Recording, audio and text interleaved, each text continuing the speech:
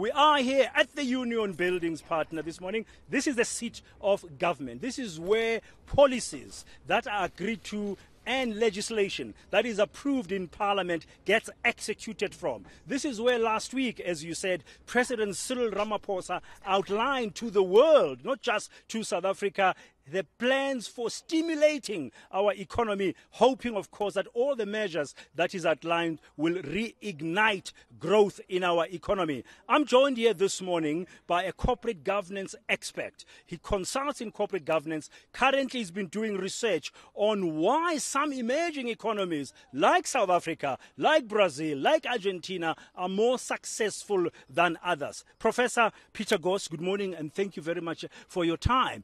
In South Africa, we are told we have, to some degree, some certainty with some policies that is needed for stimulating growth. We are also told that we boast some of the strongest institutions that are needed to make sure that investors have confidence in us, like an independent reserve bank. But our economy is not growing. Unemployment rate is sitting at around 27.7%. Half of that are young people. That's like a recipe for disaster. Where are we failing? An overriding response from you. A good place to look is at the Ibrahim Index on African governance. The index puts South Africa at number 6. At the top end of that are the likes of Mauritius, Seychelles, and at the bottom end, unfortunately, are countries like South Sudan. South Africa's strongest characteristic, you rightly point out, is yes, we're starting to look stronger insofar as implementing or documenting the rule of law is concerned. Sustainable economic development, one of the elements of the index for South Africa, is certainly on the weaker side. And I think that's why our president made this trip across the world to give comfort to the global environment that, yes, South Africa is taking regulation, economic policy more seriously and opening up its markets to a bit more of deregulation, and of course the revisiting of very important issues like the issue of property rights, which is certainly affecting our economy quite negatively in perception. Now, Pretoria, Tshwane, is a seat of government. National departments are headquartered here. They are tasked with executing. Somebody last week said planning is good, but it's all going to come down to execution. You've mentioned a number of aspects of our lives pertaining to development. Where are we not implementing properly? We are certainly not implementing on the economic policy side. Economic policy is regulating predominantly big business. We aren't opening doors for small business. If you look at economies like Nigeria, for example, you could wake up in the morning, pop up a business without going through too much of red tape and start rolling with your business. In South Africa, to register a company, to sort out formalities, to get yourself registered on a database as a potential service provider is incredibly bureaucratic and cumbersome. We really need to make it easier for entrepreneurship. Now, I saw a report last week. Bill Gates was being quoted as saying, everybody's saying Africa is a new frontier. Recently, we had Theresa May in the country trying to say we're going to invest so much as the UK because of Brexit. Everybody seems to be running to Africa. China lending us money. China is in several parts of South Africa. And people are saying, but Africa's potential is in its youth. However, Africa is not investing enough in education. How does South Africa step up in that? Skills development for sustainable economic growth surely is an important aspect. Human development in the index I mentioned earlier on, the Ibrahim Index, is one of the most important 4 indices. Human development in South Africa is rather poor insofar as we're all reliant on formal education sector. The formal education sector cannot accommodate the South African population as a whole. What's important is to also establish an informal education sector, training through on-the-job skills enhancement, learnership programs for matriculants. A child out of matric nowadays can simply not walk into a job. Unlike us, 3 decades ago, we could walk out of school and become a clerk in some sort of large organization or in government. Those days are long gone. We need to reopen that arena. Now, from what you've just said, does it therefore mean that some emerging economies today are more successful than others because they focus on the right aspects of human development?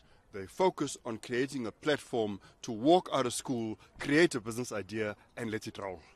We don't focus on that. We focus on walk out of school, pray you can go to university if somebody can afford to give you a scholarship of sorts, or otherwise sit at home and hope that someday you'll get a job as a clerk somewhere.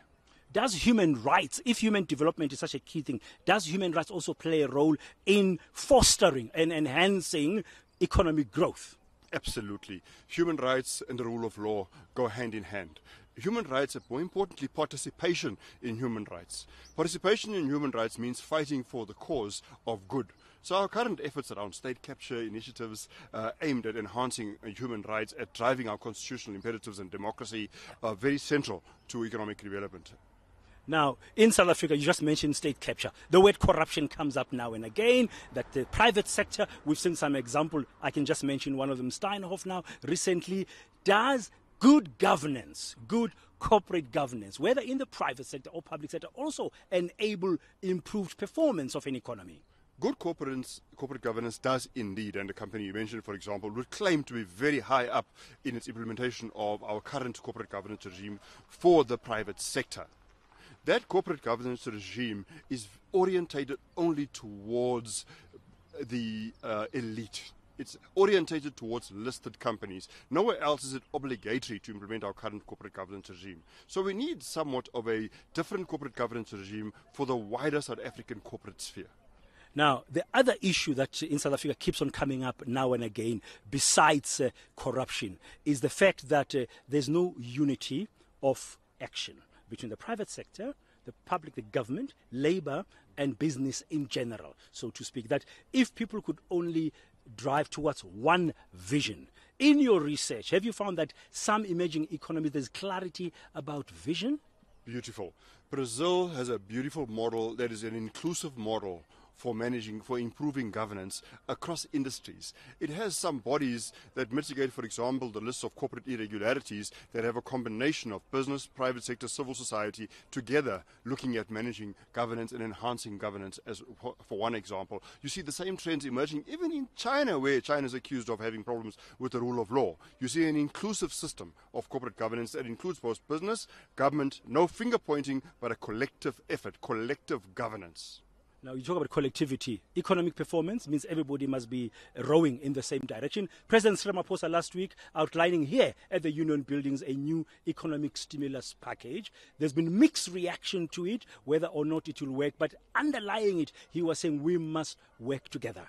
At the core of that stimulus package that he's proposing is opening up the playing field, opening up the markets for all players to have a stake in the game.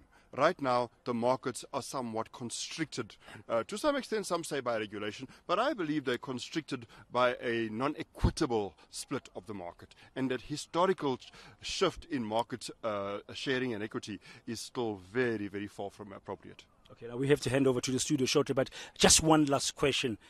If there would be three things, very briefly in your mind, high level, that you think we should focus on as an economy that's emerging to ensure that we sustain? Because we have some good stuff, like some strong institutions, independent Reserve Bank. What would those three things be?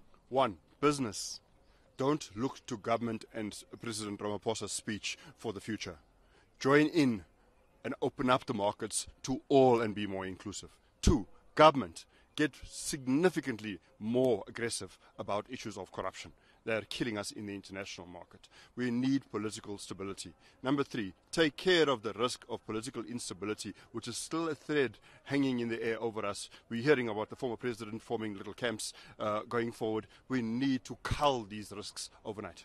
Professor Peter Goss, thank you very much. There, partner, there you have it, a bit of a high level and some insights, interesting insights coming out from Professor Peter Goss about where we should be focusing on. Of course, education and skills development for our young people is one important aspect.